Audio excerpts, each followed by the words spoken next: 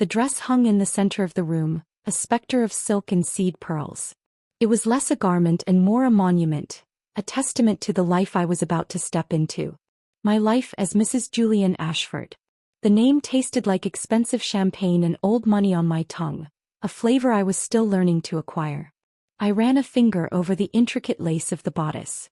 Tomorrow I would wear this. Tomorrow I would walk down an aisle strewn with gardenias in my father's church, a place that had seen more bake sales than billionaires until Julian came along. My phone buzzed on the vanity, a flurry of messages from my bridesmaids, my sister Sarah and my two best friends from college. They were giddy, a chorus of digital squeals and heart emojis. I typed back reassuring words, my smile feeling practiced in the solitude of my suite. This suite in Julian's family's Hamptons estate was larger than my entire childhood apartment. Everything was muted beige and cream, tasteful and terrifyingly expensive. It felt like a stage set, and I was the lead actress who still hadn't quite memorized her lines. Julian loved this. He loved the opulence, the legacy. He loved molding me to fit within it. A soft knock pulled me from my thoughts. Sarah slipped in, her face a mirror of my own hidden anxiety. Can't sleep. Is it that obvious? I sighed, turning from the dress.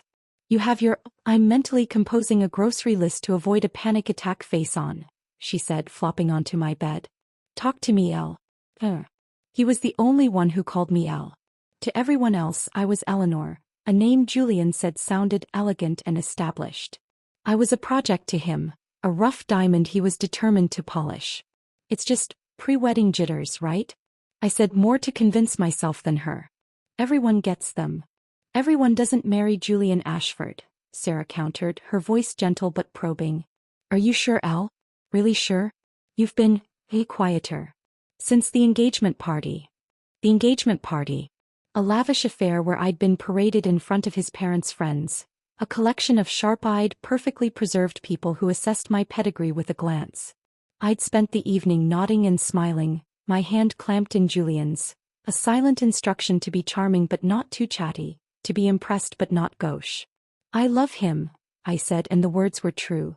I did love the Julian I'd met 2 years ago, the man who'd swept into the art gallery where I worked, his confidence a tangible force. He'd been drawn to a small moody painting I'd done myself, a splash of stormy gray and blue hidden in a corner. It's got fire, he'd said, his eyes on me, not the canvas. That man felt like a discovery. The man I was marrying tomorrow felt like a finished product, and I was merely the final necessary accessory. Love isn't always enough, Elle. It has to be the right kind of love. The kind that doesn't make you shrink. Before I could answer, my phone lit up with Julian's name. Speak of the devil, Sarah muttered, getting up. I'll leave you to it. Get some sleep. I love you. Love you too, I whispered and answered the call. Hey. Can't sleep either. Thinking about tomorrow. His voice was a warm rumble, a sound that usually settled me. About you. Are you following the schedule? The skincare regimen my mother sent over. The question was a tiny pinprick. Yes, Julian. I'm all prepped and primed. Good. I want everything to be perfect. There was a pause. I was just going over the seating chart with Father. We moved the Hendersons. They simply can't be near the Maxwells after that merger debacle. I closed my eyes. This was our life. A series of strategic moves and perfect surfaces. I'm sure it's fine. It has to be more than fine, Eleanor. It has to be flawless. His tone was absent, already moving on to the next item on his mental checklist. I'll see you at the end of the aisle. Don't be late. The joke fell flat. We hung up, and the silence of the room felt heavier than before. A restlessness stirred in my bones, a feeling I hadn't entertained since I'd put my own art aside to focus on being a Ashford. I needed air. Real air, not the climate-controlled, scent-infused air of the estate. Slipping out of my silk robe, I pulled on a pair of soft jeans and a simple cashmere sweater. A gift from Julian, of course. I didn't bother with shoes. The cool, damp grass of the sprawling lawn would feel good on my bare feet. The estate was silent, bathed in the cool blue light of a nearly full moon. I walked away from the main house, towards the old conservatory that stood at the edge of the formal gardens. It was my favorite place on the property, a slightly neglected glass structure filled with the earthy scent of soil and night-blooming jasmine. Julian thought it was quaint, a relic. To me it was the only place that felt real. As I approached, I saw a soft golden light flickering from within. Candle? I moved closer, my steps silent on the mossy path. The large, ornate door was slightly ajar. I peered inside. And the world, my carefully constructed, gilded world, stopped.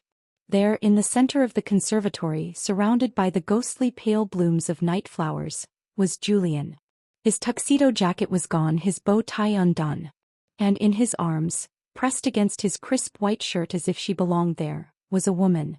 Her back was to me, but I saw the cascade of fiery red hair, the familiar way her hands clutched at his shoulders. I saw the raw, desperate intensity on Julian's face, an expression I had never seen him wear. Not for me. Not ever. He was whispering something, his forehead resting against hers. Then he cupped her face, his thumb stroking her cheek with a tenderness that felt like a physical blow. He leaned in. The kiss wasn't a chaste, friendly peck. It was a lifetime. It was a confession. It was a heartbreaking, world-ending collision of two souls who knew every secret part of the other. It was deep and longing and filled with a pain so acute I could feel it from across the room. My breath hitched, a tiny, trapped sound in my throat. I knew her. Of course I knew her. It was Cassandra. Cassandra with the flame-red hair and the tragic past. His first love. The one his family had deemed unsuitable. The one who had broken his heart. The ghost that had haunted the edges of our relationship. A story he told me once, late at night. A cautionary tale about youthful passion versus mature, sensible love. I had pitied her then. Now watching them I was the one drowning. I should have stormed in. I should have screamed, thrown a flower pot, unleashed the torrent of betrayal ripping through my chest. But I didn't. I just stood there, frozen in the doorway, a silent witness to the truth I'd been avoiding for months. I wasn't his great love. I was his sensible choice. The suitable one. The one who would look perfect in the wedding photos and never, ever cause a scene. A single hot tear traced a path down my cheek. Then another.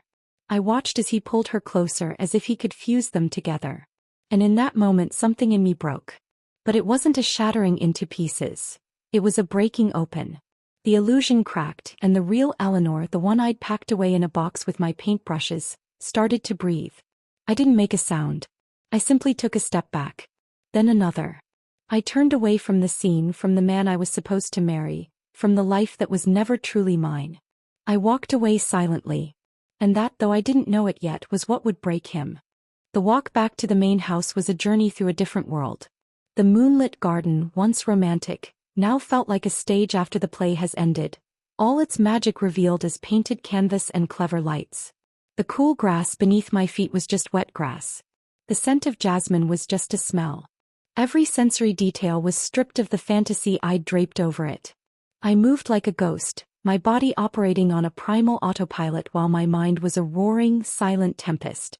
The image of them, Julian's hands tangled in Cassandra's red hair, the desperate arch of her back, was burned onto the back of my eyelids. Each time I blinked, it played again. A perfect, devastating loop. I didn't cry. The tears that had escaped in the conservatory were the last of their kind. Now a cold, clear stillness settled over me. It was the calm at the eye of the hurricane, a terrifying lucidity. I was an observer in my own life, watching the finale of a story I'd never meant to star in. Back in my suite, the wedding dress seemed to mock me. It was no longer a monument, but a costume for a role I was now refusing to play. I walked past it, my movements deliberate, and went into the bathroom. I splashed cold water on my face, staring at my reflection in the gilt-edged mirror. The face that looked back was pale, her eyes dark and shockingly calm. This was the face of a woman who had just had the scales ripped from her eyes. What now? The question was simple, immense. The old Eleanor, the one from 2 hours ago, would have been hysterical. She would have called Julian, screamed, sobbed, demanded an explanation. She would have clung to the wreckage, trying to salvage the sinking ship. But that woman was gone. The betrayal was too absolute, too poetic in its cruelty. It wasn't a drunken mistake. It was a deliberate, sober pilgrimage to the altar of his first love on the eve of our wedding. There were no words for that. No explanation that could ever matter. A strange, detached part of my brain began to compile a list. A to-do list for the end of the world. 1. Do not cry. Leave. It was that simple. And that complicated. I pulled my largest suitcase from the closet and set it on the bed. Methodically, I began to remove my things from the drawers and wardrobe. I left everything Julian or his family had given me. The cashmere sweaters, the designer dresses, the jewelry that felt heavy on my skin. I folded them neatly and placed them in a pile on a chaise lounge. They were props. I didn't want them. Into my suitcase went my own clothes. The soft cotton t-shirts, the worn-in jeans, the simple sundresses I'd owned before him. I packed the few books I'd brought, my sketchbooks and my case of pencils and charcoals. My hands brushed against a small, flat box at the bottom of the wardrobe. My paints. I hadn't touched them in almost a year. Julian had said they were messy, that the smell of turpentine was common. I opened the box. The tubes of color, squeezed from the middle in my old haphazard way, were like seeing old friends. I closed the box and placed it carefully in the suitcase. I was taking my soul back. As I zipped the bag closed, a soft knock came at the door. My heart hammered against my ribs, a frantic bird in a cage. Had he seen me? Had he come to explain, to lie, to beg? Eleanor? It's Sarah. Let me in. The relief was so profound my knees almost buckled. I unlocked the door and she slipped in, her face creased with sleep. I had a bad dream and I just wanted to check. Her eyes landed on the suitcase, then on the pile of expensive clothes on the chaise. Her sleepiness vanished, replaced by sharp, sisterly alarm. Elle? What's going on? What is this? I couldn't speak. I just looked at her and she must have seen the cataclysm in my eyes. She crossed the room in 2 strides and grabbed my hands. They were ice cold. Tell me, she commanded, her voice low and steady. I saw him, I whispered, the words scraping my throat raw. In the conservatory. With Cassandra. Sarah's face went through a rapid series of emotions. Shock, disbelief, and finally a ferocious, blazing anger. He did what? On the eve of that bastard. She pulled me into a bone-crushing hug. I'll kill him. I swear to God I will gouge his eyes out with a fondue fork. A sound escaped me, something between a sob and a laugh. The absurdity of the fondue fork broke the last of the ice around my heart. I clung to her, my solid, real sister in this house of illusions. I'm leaving, Sarah, I said when I could speak again, my voice stronger now. Right now. I'm not going to confront him. I'm not going to scream. I'm just gone. She held me at arm's length, her eyes searching mine. Are you sure? Don't you want to, I don't know, throw his shit off the balcony? Get some satisfaction. I thought of the look on his face as he kissed her. The raw, unvarnished passion. There is no satisfaction in confronting a man who is in love with someone else, I said, the truth of it settling deep in my bones. Any scene I make will just be messy, undignified. It will give him a reason to paint me as the hysterical woman. This way I just vanish. The silence will be louder than any scream. A slow, grim smile spread across Sarah's face. You're brilliant. And you're right. He deserves to stand at that altar tomorrow and realize what he's lost. What's the plan? With Sarah's help, the plan crystallized. She would be my accomplice. We couldn't take my car. It was a gift from Julian and parked prominently in the Circle Drive. We would call a car, the most discreet, expensive service we could find at 3 a.m. Sarah would stay behind, act as if everything was normal until the last possible moment. She would be my ghost in the machine. While she booked the car, I sat at the vanity and wrote 2 letters. The first was to Julian's parents. It was brief and impeccably polite, a masterpiece of restrained fury. I thanked them for their hospitality and their generosity, and stated that due to unforeseen and irrevocable circumstances, the wedding would not be proceeding. I expressed my regret for any inconvenience. It was cold. It was perfect. The second letter was for Julian. This one was harder. My pen hovered over the thick, cream-colored stationery embossed with the Ashford crest. What could I possibly say? That he was a cheat? He knew that. That he'd broken my heart? That would give him a power I refused to grant him. In the end, I wrote only 3 sentences. Julian, I saw you in the conservatory. I hope she was worth it. Goodbye. I didn't sign it, love. I didn't sign it at all. The absence of my name felt like a final period. I placed his letter on top of the pile of clothes I was leaving behind. The symbolic weight of it was immense. The ping of Sarah's phone announced the car's arrival. It's here. 5 minutes at the end of the main drive. This was it. I took one last look around the room. My gaze fell on the wedding dress. For a moment I considered taking a pair of shears to it. But that would be an act of passion, of anger. And I was done with passion. My revenge was to be ice, not fire. I picked up my suitcase.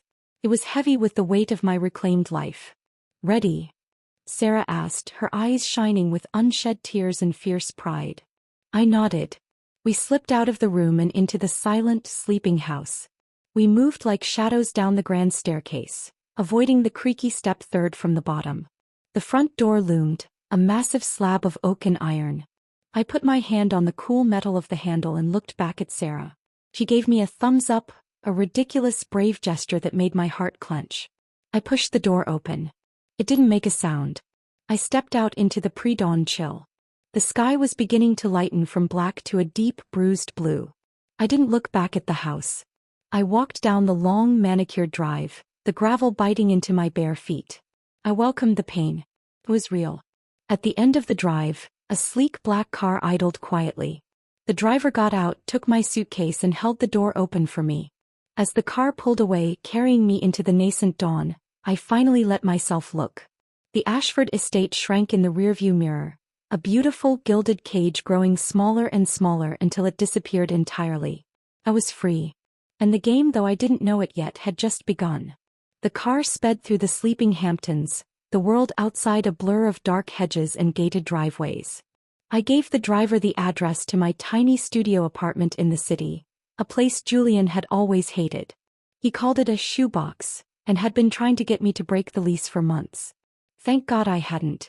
The numbness that had carried me through my escape began to recede, replaced by a trembling that started deep in my core and radiated outwards until my very teeth chattered.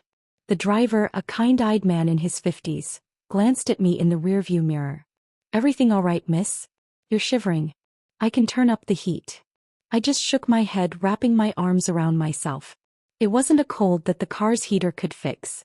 This was the shock setting in, the full, brutal weight of what had just happened crashing down. I had left my fiancé the night before our wedding. I was now the woman who was left at the altar, even if I was the one who did the leaving. The scandal would be nuclear. My phone, which I had silenced, began to vibrate incessantly in my pocket. I didn't need to look to know it was a maelstrom of messages and missed calls. Julian. His parents. My mother. The wedding planner. I powered it off.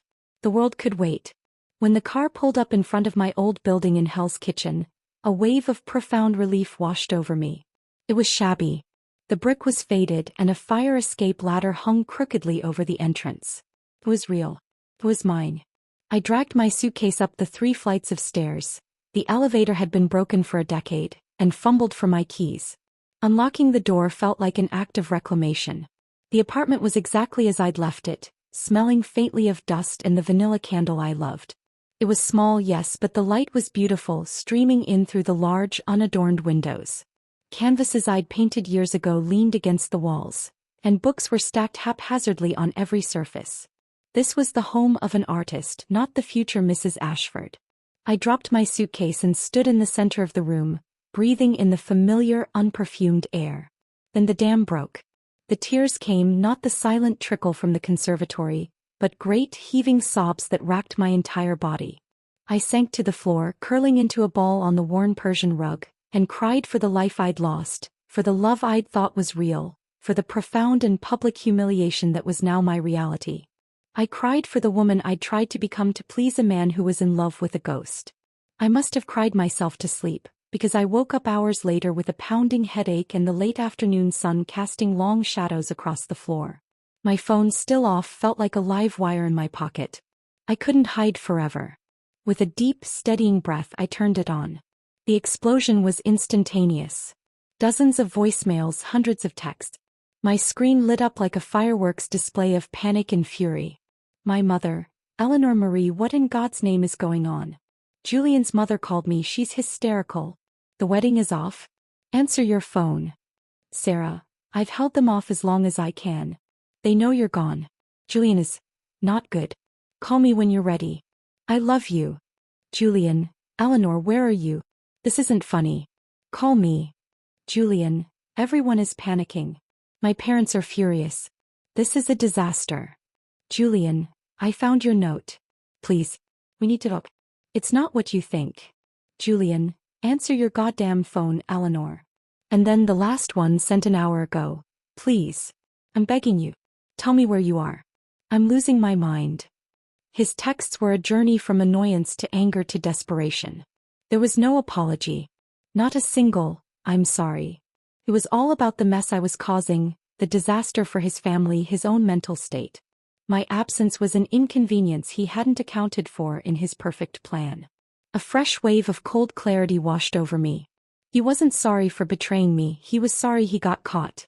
He wasn't heartbroken over losing me, he was panicked about the scandal. I deleted all his messages without listening to the voicemails. Then I called the only person who mattered. Sarah answered on the first ring. Elle? Well, thank God. Are you okay? Where are you? I'm home, I said, my voice hoarse from crying. I'm safe. She let out a long breath. Hey. Good. The shit has officially hit the fan here. It's a 3-alarm fire of rich people panicking. Julian's mother had to be sedated. His father is pacing and talking about lawsuits for breach of promise. Let him try, I said, a sliver of steel in my tone.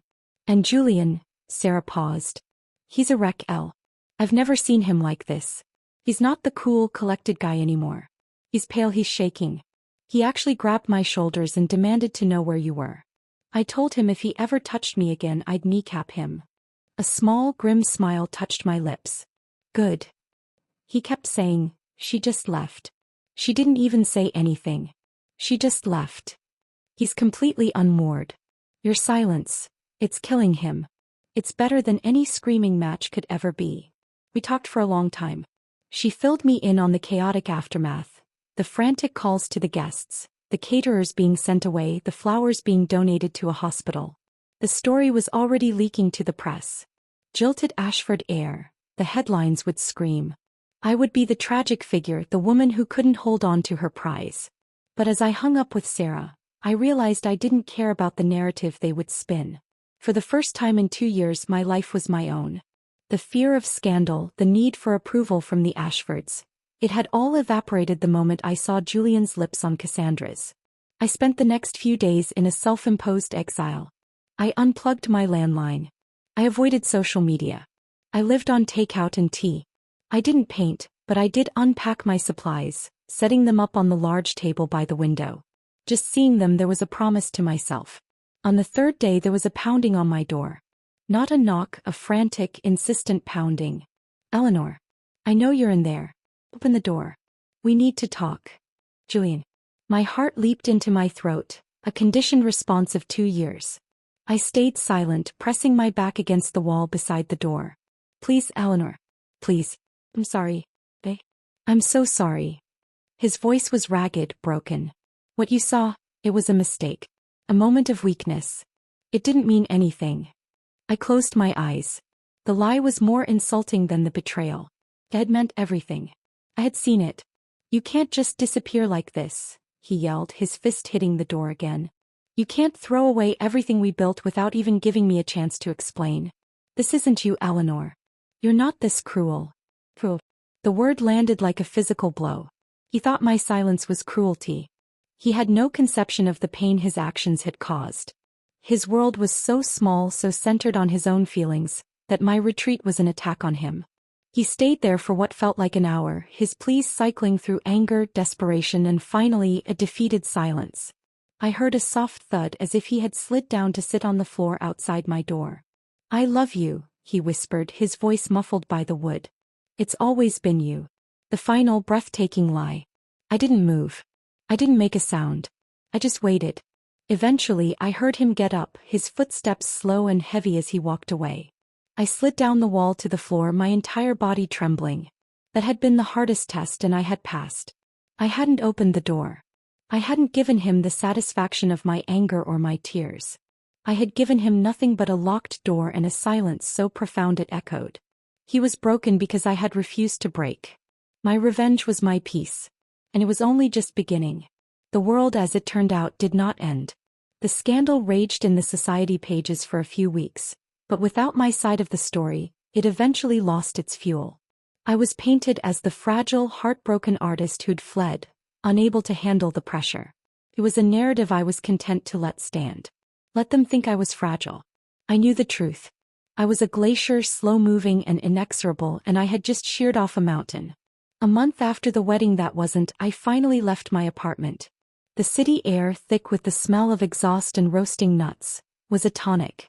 I walked for hours, rediscovering the streets I'd neglected. I went to museums not to be seen but to actually look at the art.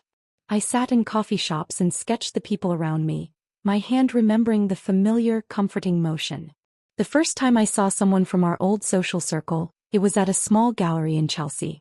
It was Beatrice Ashford, a distant cousin of Julian's, a woman who had always looked at me with thinly veiled amusement. Her eyes widened when she saw me and she made a beeline for me, a predator scenting wounded prey. "Eleanor, darling," she cooed, kissing my cheeks. "We've all been so worried about you. You just vanished. How are you holding up?" I could see the avaricious gleam in her eyes. She was hoping for tears, for a story, for a morsel of gossip to feed her friends. I smiled, a calm, placid smile that didn't reach my eyes. "I'm wonderful, Beatrice. Thank you for asking. It's amazing how light one feels after setting down a burden they never realized they were carrying." Her smile faltered. This was not the script she had prepared. A burden? Oh, you poor thing. Julian was devastated, you know. Absolutely shattered. "I'm sure he was," I said, my tone neutral, as if discussing a minor celebrity. "Well, it was lovely to see you. Do excuse me, I see a piece I simply must get a closer look at." I turned and walked away, leaving her sputtering in my wake. A thrill, sharp and clean, went through me. This was power. The power of indifference. It was during this time of reclamation that I decided to go back to work. Not at the gallery, which was too connected to Julian, but for myself. I cleaned my studio, stretched new canvases, and bought fresh paints. The first time I picked up a brush, my hand shook. It had been so long. I was rusty, my technique clumsy. But I persisted. I started painting again. Not the polite, pretty landscapes Julian had approved of, but the dark, stormy, emotional abstracts I loved. I painted the deep blue of betrayal, the slashing gray of silence, the fiery red of a stolen kiss. I poured all the pain, the anger, and the liberating coldness onto the canvas. It was exorcism and rebirth. Meanwhile, Sarah was my spy in the enemy camp. Julian, it seemed, was not recovering well. "He's called me 3 times this week," she reported over the phone. "He sounds desperate. He keeps asking if you're seeing anyone. If you've mentioned him," he said, and I quote, "Her silence is a void, Sarah. I can't stand it. He's not used to being a mystery. He's used to controlling everything, and you, my dear sister, are utterly uncontrollable." "Good," I said, dipping my brush into a vibrant phthalo blue. "Also," her voice dropped to a conspiratorial whisper, "the word is that Cassandra is gone. She left the country a week after the non-wedding. Apparently, Julian told her it was a mistake and that he needed to fix things with you. She didn't take it well." I felt a pang of something unexpected, pity for Cassandra. She had been used as a pawn in his moment of nostalgia, only to be discarded when she became a complication. We were both casualties of Julian's war with himself. My financial situation was becoming a concern. My savings were dwindling. I needed a real job. I updated my resume, my stomach churning at the thought of interviews. But fate, it seemed, had other plans. I got a call from an old art professor, Dr. Albright. She'd heard through the grapevine that I was unencumbered and back in the city. "Eleanor, my dear," her crisp voice came down the line. "I have a proposition for you. A friend of mine, Liam Thorne, owns a new gallery in Soho. It's edgy, it's bold, and he's looking for a curator with a fresh eye and a strong stomach. I gave him your name." Liam Thorne. I'd heard of him. He was a rising star in the art world, known for his brilliant but notoriously difficult temperament. He'd made his name by championing challenging, unconventional artists. I don't know what to say," I stammered. "Say you'll meet with him," she said. "Your work always had a fire in it, Eleanor. Then it went out for a while. I'm hoping to see it lit again." The interview was at his gallery, a raw, industrial space with exposed brick and concrete floors. The art on the walls was aggressive, beautiful, and unsettling. It was nothing like the safe, expensive art Julian collected. Liam Thorne was not what I expected. He was around my age, maybe a few years older, with dark, unruly hair and intense, observant eyes that missed nothing. He was dressed in dark jeans and a paint-splattered shirt, a far cry from Julian's bespoke suits. He didn't stand when I entered, just looked me up and down with a critical gaze. "So you're Albright's prodigy," he said, his voice a low rumble. "The one who almost married the Ashford heir." I stiffened. "My personal life isn't relevant to my curatorial eye. Isn't it?" He stood and walked over to a large, chaotic canvas splattered with what looked like tar and gold leaf. "Art is personal. Life is personal. You think the story of the society bride who walked away doesn't precede you? It does. The question is, what are you going to do with it? Are you going to hide from it, or are you going to use it?" He was direct, almost rude. But he was also the first person who hadn't treated me like a breakable object. He was challenging me. "I'm not hiding from anything," I said, my voice steady. I walked past him to the canvas. "This is powerful. It's angry. But the composition is off. The gold leaf here," I pointed to the lower left corner, "it's too heavy. It's anchoring the rage instead of letting it explode." He was silent for a long moment, studying me, then the painting. A slow smile spread across his face, transforming his severe features. "Albright was right. You do have an eye." He gestured around the gallery. "This is my life. It's messy, it's demanding, and it doesn't pay well. But it's real. If you're looking for something safe and polite, walk away now. But if you're ready to get your hands dirty, the job is yours." I looked around the space at the challenging, magnificent art. I looked at Liam, who offered not a gilded cage but a blank canvas. It was terrifying. It was everything. "When do I start?" I asked. His smile widened. "Tomorrow." Walking out of the gallery, a job I was genuinely excited about in hand, I felt a surge of a new kind of power. It wasn't the cold power of silence anymore. It was the warm, thrilling power of building something that was entirely, authentically mine. Julian had tried to polish me into a trophy. Liam Thorne had just hired me because I knew where to put the gold leaf. The reclamation of Eleanor was underway. And it was more beautiful than any wedding dress could ever be. Working for Liam Thorne was like being thrown into a creative forge. It was intense, chaotic, and gloriously stimulating. There was no room for the polite, restrained woman I'd been with Julian. Liam demanded opinion, passion, and occasionally sheer stubbornness. We clashed constantly. Over artists, over placement, over the font for exhibition pamphlets. He was a force of nature, all instinct and raw energy, while I brought a disciplined eye and a knowledge of art history that complemented his wildness. Our arguments were legendary, but they always ended in a better show, a more compelling narrative for the gallery. "You're infuriating," he'd grumble after I'd convinced him to move a sculpture for the third time. "You're paying me to be infuriating," I'd shoot back, not looking up from the lighting plan. And he'd just laugh, a short, surprised bark of a sound. Fair enough. Weeks turned into months. The gallery gained a reputation for being the most exciting new space in the city. I was in my element, my name becoming known in the art world for my work, not for my failed wedding. I started painting again at night in my apartment, the canvases piling up. They were stronger, more confident. They held the memory of pain, but now they also pulsed with a defiant, burgeoning joy. Liam saw one of them one day when he was helping me carry some supplies to my apartment. He stopped dead in the middle of my living room, his eyes fixed on a large piece I'd called Conservatory at Midnight. "You painted this?" he asked, his voice uncharacteristically quiet. I nodded, suddenly self-conscious.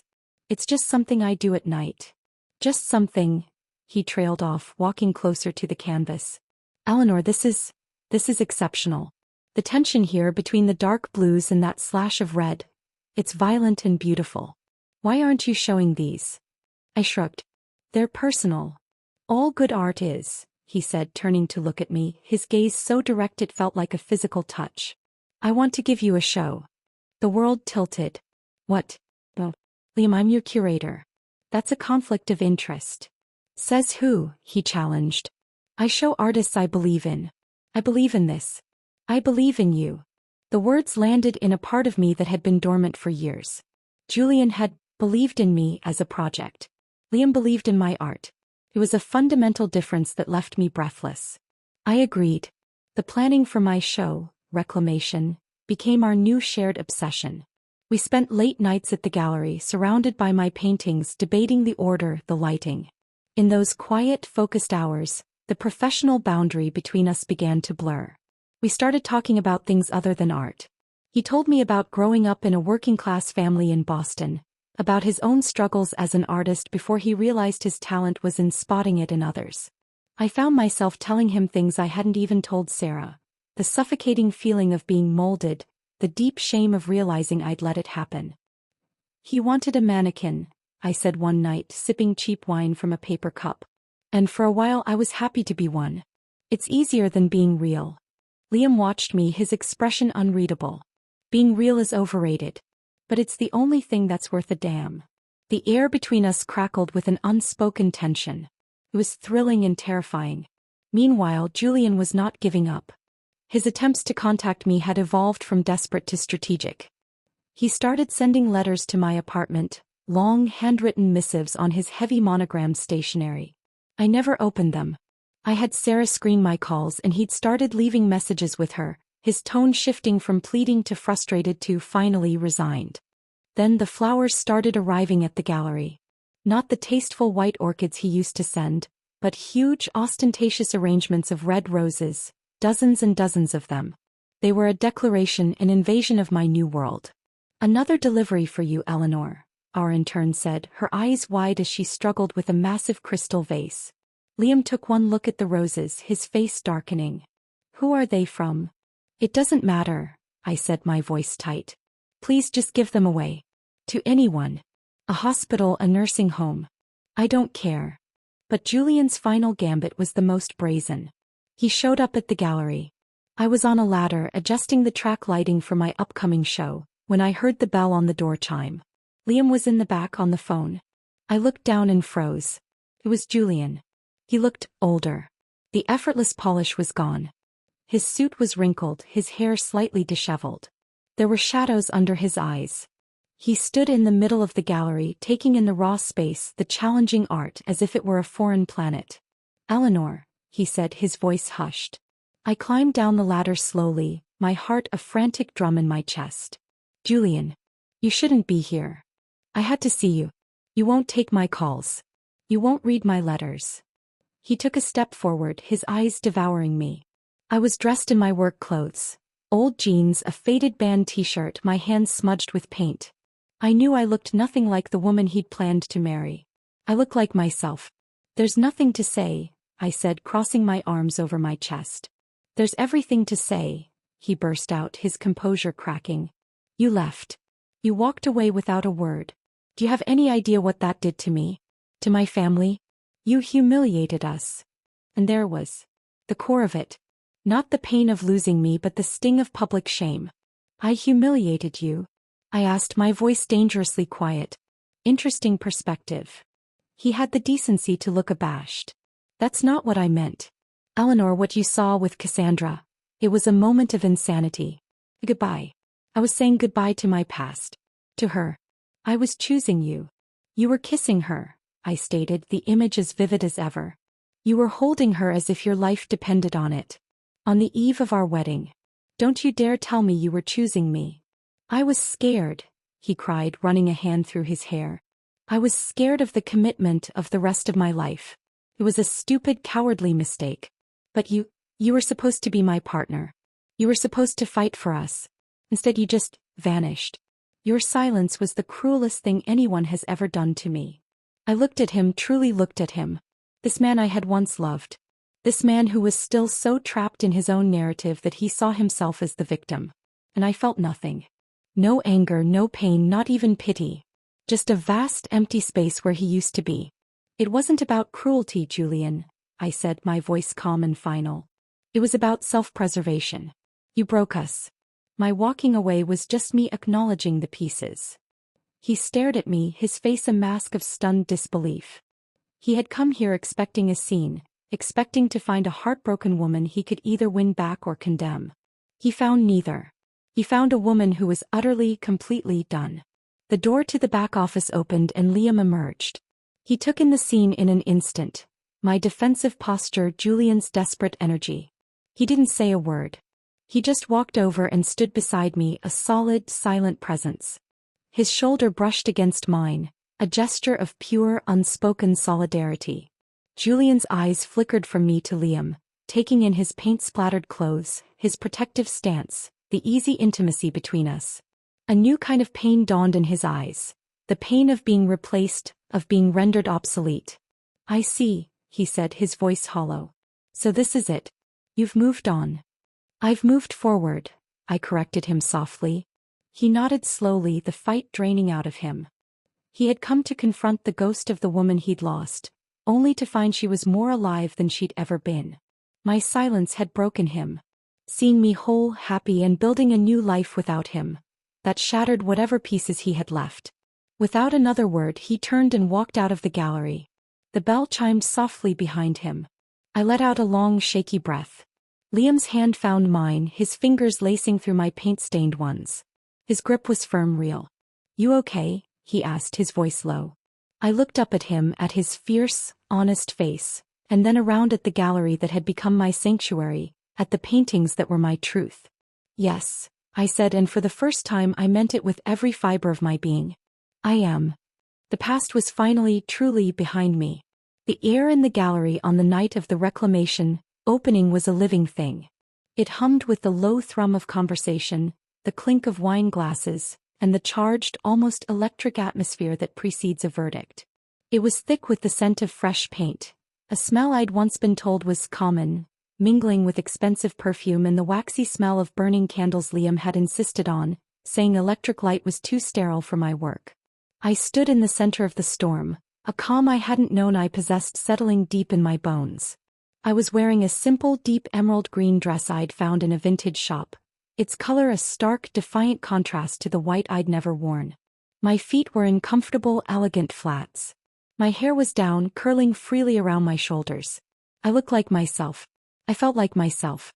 The walls, once raw brick and concrete, were now a stark, brilliant white, a perfect canvas for the emotional tempest of my paintings. They hung in a carefully curated sequence, telling a story without words. It began with the darker, more turbulent pieces, the deep, swirling blues of Betrayal's Tide, the slashing, angry grays of Silent Echo. The journey led the viewer through the pain into the cold clarity of The Gilded Cage, a piece where shards of gold leaf were trapped under layers of cracked, icy resin. And then, at the heart of the gallery, was the centerpiece, Conservatory at Midnight. It was larger than the others, a dominating presence. The canvas was a storm of indigo and black, from which emerged the ghostly, suggestive shapes of night-blooming flowers. But cutting through the center of the darkness was a single, violent, beautiful slash of crimson, a wound and a declaration all at once. It was impossible to look away from. It pulsed with a raw, painful truth that made the chatter in front of it drop to a reverent hush. Liam came to stand beside me, his shoulder brushing mine. He was wearing a dark, well-cut jacket over a black shirt, the most formal I'd ever seen him, and he still looked like he'd just come from wrestling with a stubborn sculpture. "Nervous?" he asked, his voice low. I shook my head, watching a well-known critic from a major art magazine stand before Conservatory, her head tilted, her expression unreadable. "No, it's out of my hands now. It's theirs to interpret." "They're interpreting the hell out of it," he said, a note of pride in his rough voice. "And they're loving it. 3 red dots already. And the critic from The Chronicle just asked for your bio." A red dot. Sold. The words should have sent a thrill of commercial success through me, but they didn't. The real victory was already mine. It was in the act of creation, in the reclaiming of my voice. The sales were just confirmation. The crowd was a mix of art world stalwarts, curious onlookers, and a few brave souls from my old life who had come, perhaps out of morbid curiosity or genuine support. I saw my sister Sarah across the room, beaming at me, her arm linked with our mother's, who was dabbing at her eyes with a tissue, finally understanding that her daughter's happiness wasn't to be found on a society wedding website. And then my gaze snagged on a couple hovering near the entrance. It was Mark and Beatrice, friends of Julian's. They looked uncomfortable, their eyes wide as they took in the raw emotion on the walls. Beatrice caught my eye and offered a tight, strange smile before quickly looking away. I knew why they were here. They were scouts, sent to assess the damage or perhaps witness the spectacle. They would report back. The thought didn't anger me. It amused me. Let them report. Let him know. The evening became a blur of handshakes and conversations. People I didn't know used words like brave, visceral, and powerful to describe my work. A sharp-faced woman in a dramatic black hat purchased The Gilded Cage. "It speaks to the prison of expectation, darling," she told me, gripping my hand. "We've all been there." I merely smiled and thanked her. The most profound moment came when an older man, his face a roadmap of a life fully lived, stood for a long time in front of a smaller, quieter piece I'd almost not included. It was called First Light, a soft blending of pale gold and hopeful pink, the first painting I'd done after the numbness had worn off. He turned to me, his eyes bright with unshed tears. "This one," he said, his voice gravelly with emotion. "This is the one. It's the moment you realize the world didn't end. It's the morning after." He bought it on the spot, not as an investment but as a talisman. Liam was a constant, steady presence. He didn't hover, but he was always within sight, a silent anchor. He played the part of the gallerist perfectly, schmoozing and dealing, but his eyes would find mine across the room, a quick, private check-in. A shared victory. During a brief lull, he pulled me into the back office, away from the noise. The small room was cluttered with shipping crates and paperwork. "You're a star, Eleanor," he said, his hands on my shoulders, his gaze intense. "I knew you had this in you, but seeing it, hearing them, it's something else." "I couldn't have done it without you," I said, and it was the truth. "You gave me the push. You saw the fire when I thought it was just ash." "I saw you," he corrected softly. "The real you. The one who isn't afraid to tell me my composition is shit." I laughed, the sound free and easy in the small space. He leaned in, his intention clear, and kissed me. It wasn't like the chaste, perfect kisses I'd shared with Julian. This was messy, real, and tasted of cheap wine and boundless possibility. It was a kiss that felt like a beginning. When we emerged, flushed and slightly breathless, the crowd had thickened. And that's when I saw him. He wasn't supposed to be here.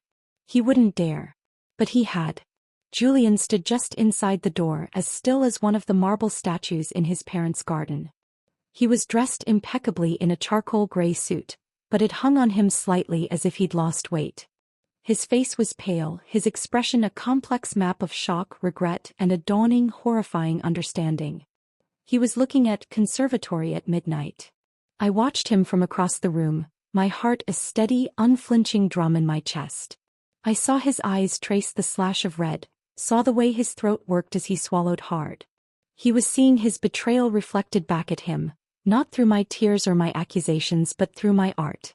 Through my power. It was immortalized, this moment of his weakness and my strength. It was no longer a secret shame. It was public, celebrated, valuable. He finally dragged his gaze from the painting and it swept the room, landing on me. Our eyes locked. The noise of the gallery seemed to fade into a distant hum. I saw it all in his face. The plea, the shame, the devastation. He saw me standing there, radiant in my emerald dress, surrounded by my success, by people who valued me for my talent, not my suitability. He saw Liam move to stand beside me again, his hand coming to rest possessively on the small of my back. Liam's gaze met Julian's, and it wasn't a look of challenge but of simple, unassailable fact. "She is mine. This is her world now." Julian flinched as if struck. This was the final, brutal piece of his undoing. The silence had broken him. My absence had haunted him. But this, seeing me not just surviving but thriving, seeing me loved by a man who was his polar opposite, seeing his greatest failure transformed into my greatest triumph, this shattered him. He had come, perhaps, expecting to find a sad, struggling artist, a woman diminished by his actions. He had come to find the ghost of Eleanor. Instead he found a phoenix. He didn't approach me. He didn't try to speak. What could he possibly say? That he was sorry? The word was too small, too insignificant for the cathedral of pain and rebirth that surrounded us. He gave one last long look at Conservatory at Midnight, as if memorizing his own epitaph. Then he turned and walked out of the gallery, his shoulders slumped in a way I had never seen before. The gilded, confident man was gone, replaced by a hollowed-out shell. He was finally, truly gone. I felt a hand slip into mine. Sarah was there, her eyes shining. "You see that?" she whispered, squeezing my fingers. "You won, Elle. You absolutely won." I squeezed back, but the feeling wasn't one of victory. It was one of completion. The chapter was closed. The book was done. The rest of the night passed in a golden haze. By the end, over half the pieces had sold, including Conservatory, which was purchased by a prestigious corporate collection. My name was on everyone's lips. As the last of the guests trickled out, leaving the gallery littered with empty glasses and the lingering energy of the night, Liam locked the door and turned to me. The space was quiet now, just the two of us surrounded by the empty white walls where my soul had once hung. "Well, artist," he said, a slow, tired smile spreading across his face. "What now?" I looked around the room at the spaces where my paintings had been, at the echoes of my pain and my joy. Then I looked at him, at his paint-stained hands and his honest eyes. "Now," I said, walking towards him, my footsteps echoing in the quiet space. "We go home." And for the first time in a very long time, the word home didn't mean a place I lived. It meant a person. It meant a future. It meant me. The success of Reclamation didn't just change my bank balance. It changed the air I breathed. The world, which had once seemed like a narrow path with Julian, now felt like a vast, open frontier. My days were a whirlwind of new projects. Commissions from buyers who'd seen the show, collaborations with other artists Liam connected me with, and the sheer, unadulterated joy of waking up each morning with a purpose that was entirely my own. Liam and I fell into a rhythm that was as natural as it was exhilarating. Our lives were intertwined, shared late nights at the gallery, early mornings in his sun-drenched loft that overlooked the rusted ironwork of the Brooklyn Bridge, our conversations a constant, lively debate about color, form, and meaning. He never tried to mold me. He challenged me, yes, with a ferocity that could be exhausting, but it was a challenge that came from a place of profound respect. He saw the artist in me as an equal, and in doing so he made me a better one. It was during this period of fertile, busy happiness that the invitation arrived. It was for the annual Metropolitan Arts Foundation Gala, the most prestigious and stuffiest event on the philanthropic calendar. A year ago, I would have been attending on Julian's arm, a silent, smiling accessory in a sea of black tie and billion-dollar endowments. I held the thick, cream-colored cardstock, embossed with gold foil. "We should go," I said to Liam, who was scowling at a stubborn crate latch in the gallery's back room. He looked up, his brow furrowed. "To that den of vultures? Why, so you can watch old men pat themselves on the back for writing checks? We have real work to do." "Exactly," I said, a slow smile spreading across my face. "But those checks fund grants. Grants that can help artists who don't have a gallerist like you fighting for them. It's not about them. It's about us, infiltrating." He stopped wrestling with the crate and stared at me, a new light of understanding in his eyes. "You want to go as yourself. Not as a +1. I want to go as Eleanor Vance, the artist whose show sold out at the Thorne Gallery. I want them to see that I don't need their approval, but their causes could use my voice." I paused, the old, familiar flicker of anxiety trying to ignite. "And I think I need to do it. For me. To walk into that room on my own terms." Liam wiped his hands on his jeans and walked over to me, pulling me into a hug that smelled of sawdust and turpentine. "Hey, rebel. We'll go. But I'm not wearing a penguin suit. I have a black jacket. That's as far as I go." The night of the gala, I chose my armor carefully. A sleek columnar dress in a deep blood-red velvet. It was severe, elegant, and utterly unforgettable. I wore my grandmother's simple pearl drops in my ears, a quiet nod to my own history, and my hair was pulled back in a clean, sophisticated knot. I looked powerful. I felt powerful. Liam, true to his word, wore his one good black jacket over a dark shirt, no tie. He looked like a revolutionary who'd been forced to attend a royal ball, his disdain for the pageantry a palpable force field around him. As we walked into the glittering, chandelier-lit ballroom of the museum, his hand rested firmly on the small of my back. "Remember," he murmured, "they need you more than you need them." The room was exactly as I remembered it. A symphony of clinking crystal, murmured small talk, and the overwhelming scent of white flowers and old money. Heads turned as we entered. I felt the whispers like a physical touch. I saw the recognition in their eyes, followed by a swift recalibration. I was no longer Julian Ashford's discarded fiancé. I was the name in the art section of the paper, the surprising new talent. I worked the room with a calm confidence I hadn't possessed before. I spoke to donors about the importance of funding public art installations. I discussed color theory with a bored heiress who perked up when I mentioned the psychological impact of certain palettes. I was professional, engaging, and completely in control. And then, halfway through the evening, as I was extricating myself from a conversation with a verbose board member, I saw him. Julian was standing near a massive ice sculpture, a glass of champagne dangling from his fingers. He was alone. The sight of him was like a sudden plunge into cold water. He looked diminished. The effortless, magnetic charm that had once drawn me in was gone, replaced by a stillness that bordered on desolation. He was watching me, had been, it seemed, for some time. Our eyes met across the crowded room. There was no avoiding it. The moment stretched, taut and inevitable. Liam, who had been a few feet away talking to a sculptor we both admired, felt the shift in my energy. He moved to my side instantly. "You okay?" he asked under his breath. "I have to talk to him," I said, my voice surprisingly steady. "It's time." Liam searched my face, then gave a short, sharp nod. "I'll be right over there.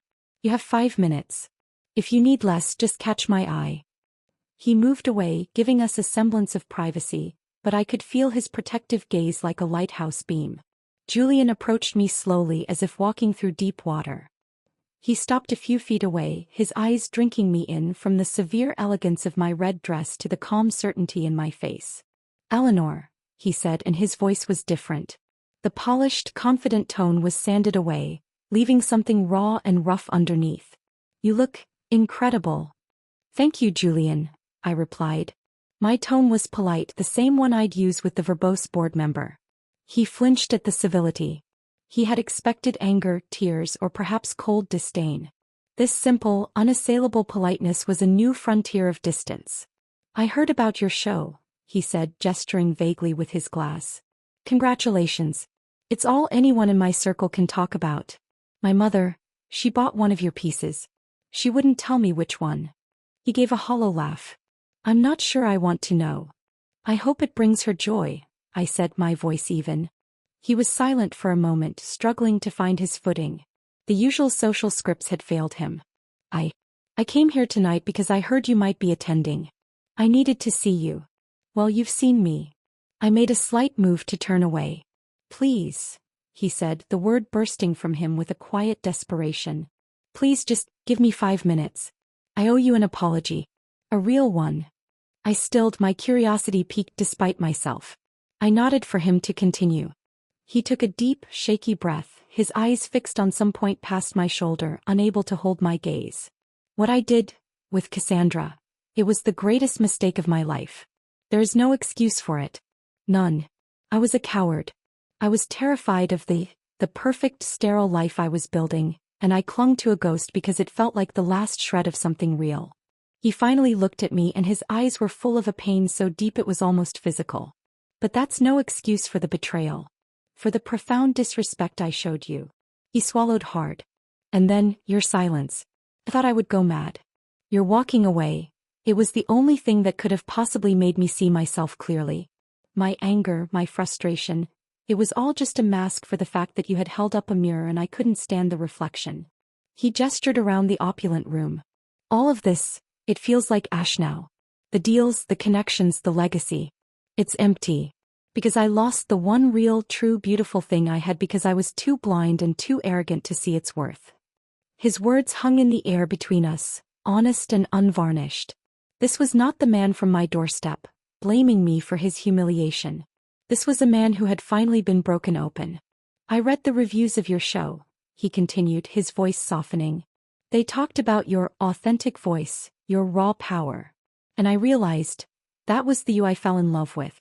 The woman with fire in her eyes in that little gallery. And I spent 2 years trying to put that fire out. I tried to turn you into one of these." He gestured at the glittering, identical women around us. "I failed. Thank God I failed. Seeing you now, it's like seeing the sun after a lifetime of gray. You are everything I was always afraid to be. Real." He took a step closer, his voice dropping to a near whisper. "I don't expect your forgiveness. I don't deserve it. I just needed you to know that I see you now, Eleanor. I see the magnificent person you are, and I am so sorry that my blindness caused you pain." I looked at him, at this ghost from my past, finally speaking the words I had once longed to hear. And I felt nothing. No anger, no lingering hurt, no triumphant glee. Just a vast, quiet sense of closure. The wound was not just healed. It had scarred over, strong and numb. "Thank you, Julian," I said, and this time my voice held a sliver of genuine warmth. "For that. It means something to hear you say it." The hope that flickered in his eyes was the most painful thing I'd seen all night. "But," I continued, my tone gentle but final, "the person you're apologizing to, she doesn't exist anymore. You didn't just break my heart. You broke the entire mold. And what came out of it is someone you never knew. The Eleanor you loved was a projection. This," I said, placing a hand on my own chest, "is who I am. And I'm happy. Truly, deeply happy." I glanced over at Liam, who was leaning against a pillar, watching us with a quiet intensity. I gave him a small, private smile and he returned it, a world of understanding passing between us. Julian followed my gaze and the last vestige of hope died in his eyes. He nodded slowly, a profound and terrible acceptance settling on his features. "He's a lucky man," Julian said, his voice thick. "No," I corrected him softly. "We're lucky to have found each other." It was the truth. Liam and I were partners in every sense of the word. Julian looked at me for a long last moment, as if memorizing the face of the woman he had lost and found too late. "Goodbye, Eleanor." "Goodbye, Julian." He turned and walked away, melting into the crowd, a solitary figure in a room full of people. I watched him go and I felt the final thin thread that had bound me to that past snap and drift away. Liam was at my side in an instant. "Okay?" he asked, his hand finding mine. I looked up at him, at his fierce, loyal, beautiful face, and I felt a wave of such pure, uncomplicated love that it stole my breath. "More than okay," I said, squeezing his hand. "I'm free." And I was. The confrontation was over. The ghost had been laid to rest. The future, bright and boundless, was finally, completely mine. The loft was filled with the soft, buttery light of a late Sunday morning. Dust motes danced in the sunbeams that slanted through the massive industrial windows, illuminating the comfortable chaos of our shared life. Canvases in various states of completion leaned against exposed brick walls. Books on art theory and philosophy were stacked in teetering piles on the floor, serving as makeshift coffee tables. A half-finished pot of strong coffee sat on the counter, and the air smelled of linseed oil, fresh bread, and us. I was curled on the large, worn sofa, a sketchbook balanced on my knees, idly tracing the lines of Liam's profile as he sat on the floor, surrounded by blueprints and sketches for the gallery's next major exhibition. He was frowning in concentration, a lock of dark hair falling over his forehead. He'd been like that for an hour, completely absorbed, and I'd been content to just watch him, to soak in the profound, simple peace of the moment. A year. It had been a year since the gala, since my final conversation with Julian. A year of this. A year of building a life, not just living one. My career had continued its unexpected trajectory. The success of Reclamation had led to a residency, then a teaching position at a progressive art school that valued experimentation over tradition. I no longer felt like an imposter in the art world. I felt like a contributor, my voice one among many in a vital, necessary conversation. The paintings I made now were different. The stormy blues and angry reds had given way to more complex, layered colors. Deep golds, rich umbers, vibrant, hopeful greens. They were paintings about roots and growth, about finding solid ground after a long fall. Liam's gallery was thriving too. Our partnership had become the stuff of minor legend in our corner of the city. The difficult gallerist and the rising star artist. A team that was as likely to be found in a heated debate about minimalist theory at 3 a.m. as they were to be found laughing over burnt pizza in our kitchen. We pushed each other, infuriated each other, and inspired each other in equal measure. I set my sketchbook aside and padded over to the window, looking out at the cityscape. It was a view of water towers, rusted fire escapes, and the constant humming life of the city. It was a far cry from the manicured, silent lawns of the Ashford estate. It was real, messy, and beautiful. "What are you thinking about over there?" Liam's voice was a soft rumble, pulling me from my thoughts. I turned to face him, leaning against the warm glass. Just how different it all is. He knew what I meant. He always did. He didn't need the specifics of Julian, of the wedding that wasn't. He understood the landscape of my past in the same way I understood the scars of his. The struggles, the failures, the moments that had forged him into the fiercely independent man he was. He got to his feet and came to stand beside me, his body a solid, warm presence at my back. He wrapped his arms around my waist, his chin resting on my shoulder as we both looked out at our city. "A good different," he stated. It wasn't a question. "The best different," I confirmed, leaning back into him. We stood like that for a long time, in a silence that was the exact opposite of the one I had given Julian. That silence had been a weapon, a void, an absence. This silence was a presence. It was full, comfortable, a shared language that needed no words. "I was thinking," he said after a while, his breath warm against my neck. "About the future." "Oh." I twisted in his arms to look at him. "And what does the future hold for the formidable Liam Thorne? World domination? A chain of galleries? A retreat in the south of France where we can paint and argue in the sunshine?" A slow, secret smile played on his lips. "Something like that. But less structured." He took my hand and led me back to the sofa, pulling me down to sit beside him. His expression was uncharacteristically serious, his intense eyes searching mine. "You know I'm not him, Eleanor. I'm not going to give you a 5-year plan or a prenup or a list of suitable neighborhoods." "I know," I said, my heart beginning to beat a little faster. "I don't have a family legacy. I have a gallery with a leaking roof and a mountain of debt that I'm actually proud of because it was built on something real. I have this loft. And I have you." He took a deep breath. "What I'm trying to say is that my idea of forever doesn't look like a country club membership. It looks like this." He gestured around the sunlit, messy room. "It looks like us in this space making art and making a life on our own terms. It's messy and it's unpredictable and it's the only thing I've ever been sure of." He reached into the pocket of his paint-stained jeans and pulled out a small, simple box, carved from a dark piece of wood. It was utterly unlike the velvet boxes from Tiffany's that Julian's friends had flaunted. My breath caught in my throat. "I'm not asking you to marry me," he said, his voice rough with emotion. "Not in the way the world defines it. I'm asking you to build a life with me. Officially. Permanently. I'm asking you to be my partner in every sense of the word, in this crazy, beautiful, chaotic world we're making for ourselves." He opened the box. Inside, nestled on a bed of plain black silk, was a ring.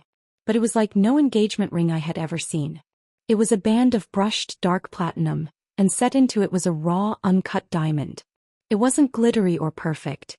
It was a piece of the earth, a crystal caught in its natural, beautiful, asymmetrical state. It was fierce. It was unique. It was. Tears welled in my eyes, but they were tears of pure, unadulterated joy. This wasn't a proposal of ownership or a transaction between families. It was a promise between two souls. A promise to always be real. "It's not a traditional," he started, but I cut him off by pressing my lips to his. When I pulled away, I was laughing and crying at the same time. "Yes," I whispered, my voice thick. "Yes, to your messy, unpredictable, perfect forever." A look of profound relief and happiness washed over his face. He took the ring from the box and slid it onto my finger. It was cool and heavy, a perfect solid weight. "It suits you," he said, his thumb stroking the raw surface of the diamond. "Untamed. Full of fire." I looked down at my hand, at the symbol of this second love, this different forever. It wasn't about forgetting the past. The pain of Julian's betrayal, the power of my silent walk. They were the brushstrokes that had painted the woman who could now say yes to this. They were the dark undertones that made these bright colors shine so fiercely. That night we didn't go out to celebrate. We ordered Chinese food and ate it straight from the containers, sitting on the floor amidst the blueprints. We talked about the future, not with spreadsheets and guest lists but with dreams and colors. We talked about maybe finding a bigger space with a proper studio, about traveling to see the caves in Lascaux, about the artists we wanted to champion. It was the antithesis of my first wedding eve. There was no silk robe, no skincare regimen, no schedule for perfection. There was only us, in our paint-stained clothes, planning a life built on the only foundation that mattered: truth. Later, as we lay tangled together in the dark, the city lights painting shifting patterns on the ceiling, I thought about the long, winding road that had led me here. I had walked away from one forever, a gilded cage of expectations and lies. I had walked in silence, and that silence had broken the man who had tried to cage me. But in breaking him, it had not broken me. It had forged me. It had cleared the space for this. Liam's breathing was deep and even beside me, his arm a heavy, comforting weight across my waist. My hand, resting on his chest, caught the faint gleam of the raw diamond. This was my revenge. Not a vengeful, bitter thing, but a quiet, triumphant reclamation. My revenge was this peace. My revenge was this love. My revenge was this different, messy, glorious forever. And it was only the beginning. The end.